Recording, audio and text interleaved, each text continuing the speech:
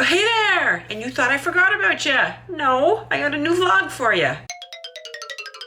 So this vlog is one that was requested by you on some of my top tips for portion control. Because hey, come on, I'm just as human as everybody else and I have a tendency to want to exceed my portions. So I'm gonna show you my best practices for minimizing overconsumption. This vlog also features some cool training concepts. You'll have to do some assessments this week. And of course I'm providing you with solutions too. So, well, that's the whole purpose of these vlogs. They're solutions. One of you asked me if I would talk about how to deal with stress. I don't know. It's really difficult to shuffle into the deck. How do I deal with stress? What I have learned is that our environments are not stressful, but rather it's our reaction to the environment, and we can perceive it as stressful. So it's up to you how you choose to perceive what's going on around you.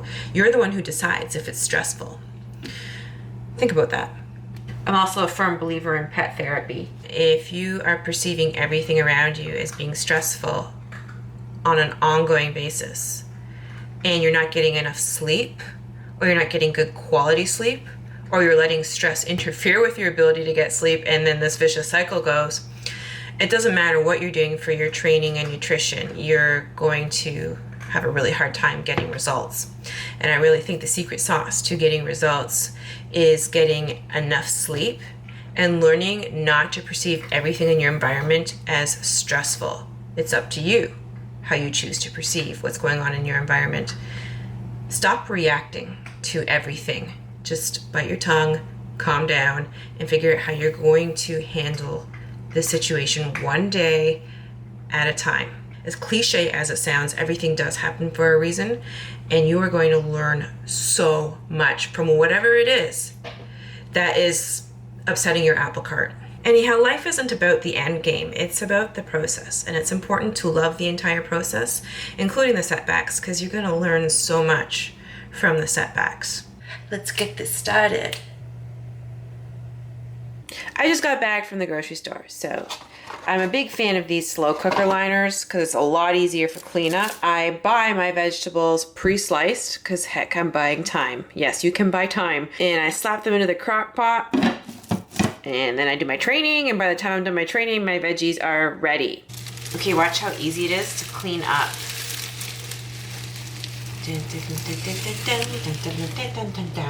No, don't eat my food! It really works well. There's only one Goo Gob assembly line. I bought these suckers on Amazon for like 12 bucks. And they're dishwasher friendly and microwave friendly. Don't tell anybody, but I bought the chicken already made. Which one of these is not like the others? That's cod. So you can see I have food for the next 5 days organized into 5 containers. That's what my mother calls containers. The beauty of preparing your portions in advance is that you're more likely to adhere to your allotment for the day.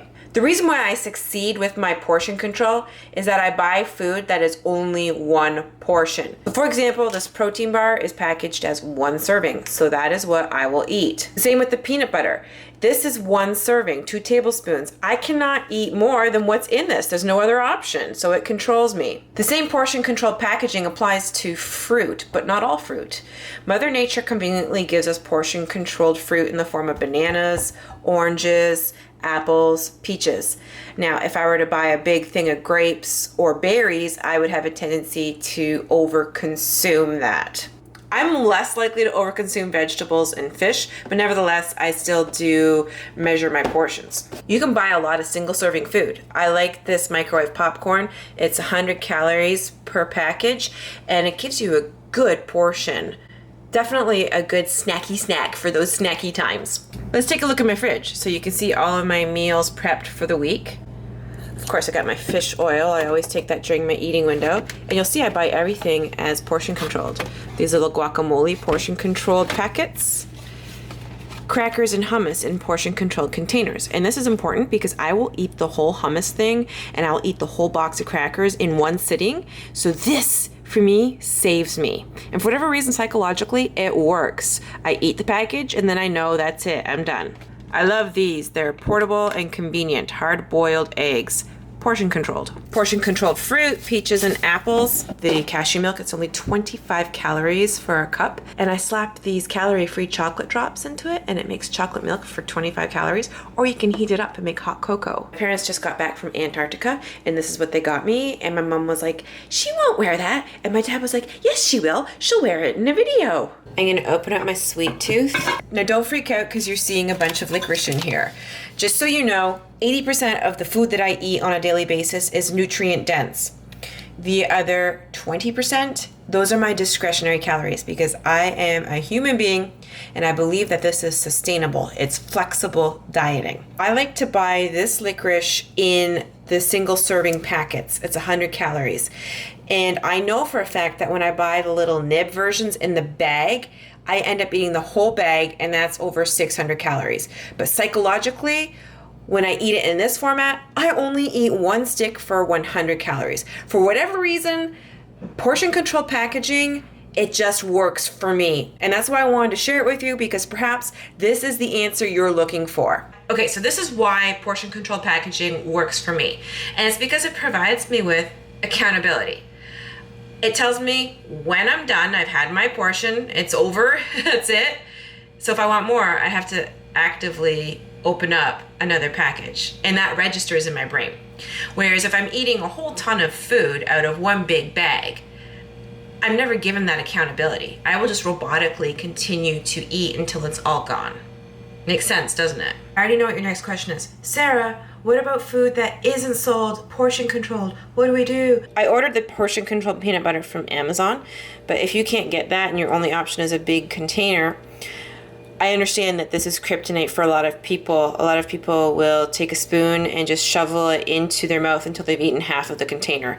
And, you know, peanut butter, as you know, it packs a lot of calories. I mean, 1 tablespoon is 100 calories. So before you know it, you've just shoveled 600 calories into your mouth. This is my rule. If I'm buying this, I know that I am not allowed to take my finger, a knife, or a spoon into the container and eat directly from the container. The only way I can use the peanut butter is either in a recipe or spread onto a bagel or bread. There's a reason why I have this upside down. The oil will go to the bottom, so when you open it, you don't get all the gooey oil at the top. What about the bagels? How do you portion control those? Because yeah, I know there's been nights where you just polish off the whole bag. So what I do is I will take one bagel out and put it into a zippy bag and I'll put the rest of them into the freezer. And once a day, I take one out of the freezer and that's what I'm allowed to have for that day. So that means if I want to overconsume bagels, I have to open my freezer and then thaw one of these suckers. So I have to really ask myself, to be honest with myself, if this is the right thing to be doing. So I think it's really smart to put food you tend to overconsume in the freezer. Let's use these ginger snap cookies as an example. So you can see they're healthy, they have probiotics, and one serving is 14 cookies, 130 calories. So you're like, oh, it's no big deal. It is so easy to eat this entire bag in one night. This is the scary truth about doing that. I emptied this bag and I divided 14 cookies into a whole bunch of Ziploc bags and discovered that if you were to eat this whole bag, that's over 1,400 calories. And it would have been so easy to do that. A lot of the times we're just not aware of the caloric damage we're doing because we think, oh, it's just a small bag and oh, it's just 130 calories for a serving. My strategy is to keep all of these in the freezer, and if I want one, I pull one bag out that day. And again, this strategy works because if I want to overconsume these cookies, then I have to ask myself, Sarah, here's the accountability. Are you going to open up that freezer door and get another bag out?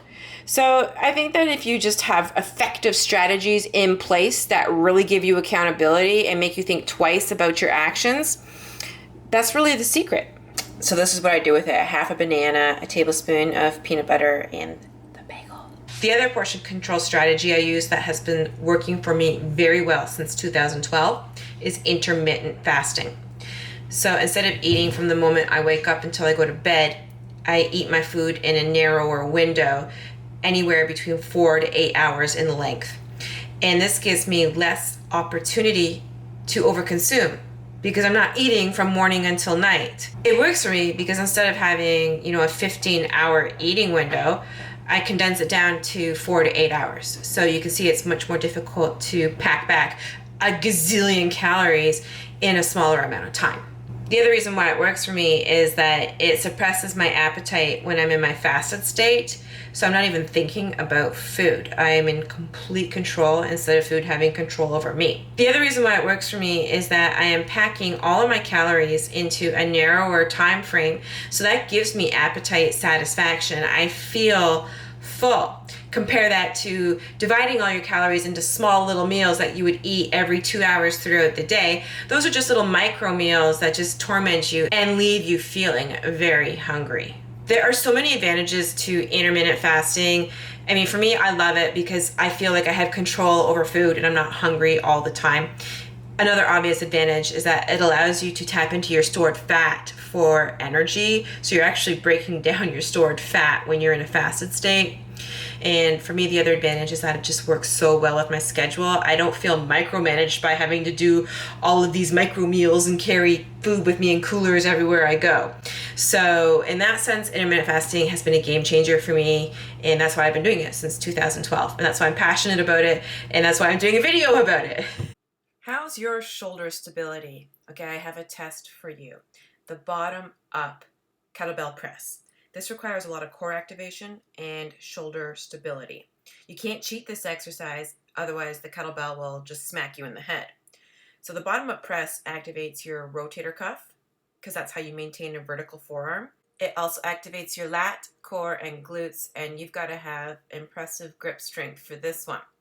If you don't have a kettlebell, I've provided you with some variations. You could use a plate or a dumbbell. You're probably going to notice one side is weaker than the other. So now you know what you need to work on. I would start with a light weight and go for 1 to 5 reps per side. The one thing I've noticed that is common amongst my Team SS members is lack of core strength, and that's what's holding them back from making progress. So when they do push-ups, because their low abs are weak, they do this saggy back style of push-up. Ready, look again? So it's very segmented. If you have strong abs, it's going to prevent your spine from arching, because that's what abs do. They are anti-extension devices. So you can see, because my lower abs are strong, I'm a flat board from head to toe. This one really humbled me. I want you to try this to test out your core. So you're going to be rolling from a hollow body to an arched body hold position. The feet and the hands don't touch the floor. And you might notice that one side is a lot easier for you to do than the other side. And if so, take note. You know what you now need to work on. That test humbled me, and that's why I've been really focusing on my core. I'm doing a lot more side planks, and I'm doing landmine 180s. And instead of just using my arms to make this happen, I'm actually thinking of making that bar move using my obliques, using my core. If you want to be an awesome athlete and make progress, then strengthen your core, because all good movement is initiated at the core. The other one I like to do for my obliques is the landmine row, plus it also targets my lat that tends to be on strike all the time. Okay, I wanted to share some highlights from my training this week with you. So I just mentioned I have a lazy lat, and I like to use my rowing machine like doing rope pulls, so I can really concentrate on getting that delinquent lat to fire. And this is something I prioritize doing before any training that would require my lat to be engaged, such as overhead squats and snatching. This is all about the lats, and I am using them like crazy. And I'm using them again with the deadlifting. And this week I had new PRs with my pull-ups because my left lat and oblique are finally starting to fire properly. I'm very excited about this. I was able to crank out 6 strict pull-ups. Even when I do push-ups, I am activating my lats. I am pretending there are imaginary newspapers under my pits, and I'm squeezing those newspapers. Look, I'm telling you, if you've got a strong core and wicked lats, you're going to be a damn good athlete. Farmer's carries. If you're not doing these, you should add them. They're going to strengthen your grip strength. They're a great core exercise. And by strengthening your grip strength, you're going to be able to better engage your lats. rather than relying on your biceps.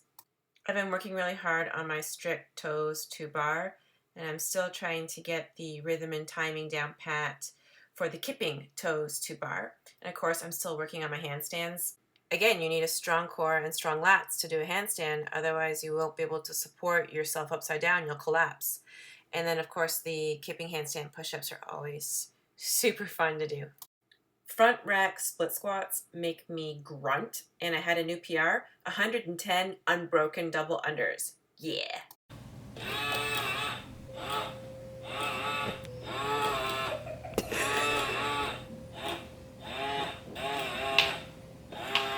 Look what arrived! My Airdyne bike. Don't you just love them? I want to thank you for watching right to the end of this vlog. I'm very grateful for you. Thank you for subscribing. I'm very excited to have this platform to be able to share my passion for living well. It's my life's mission to help you enjoy food because I think it's one of life's pleasures. I think it's important that you don't let food control you, and I don't think that you should be dieting daily. It's just no way to live. So I want to show you how you can have a really healthy relationship with food, all food. And it's also my life mission to help you move well. So again, thank you very much for subscribing. And of course I have to do my outro. Don't forget to comment below. I appreciate your comments and your questions because it helps me come up with new weekly vlog topics. So comment, like, dislike, share, and subscribe or else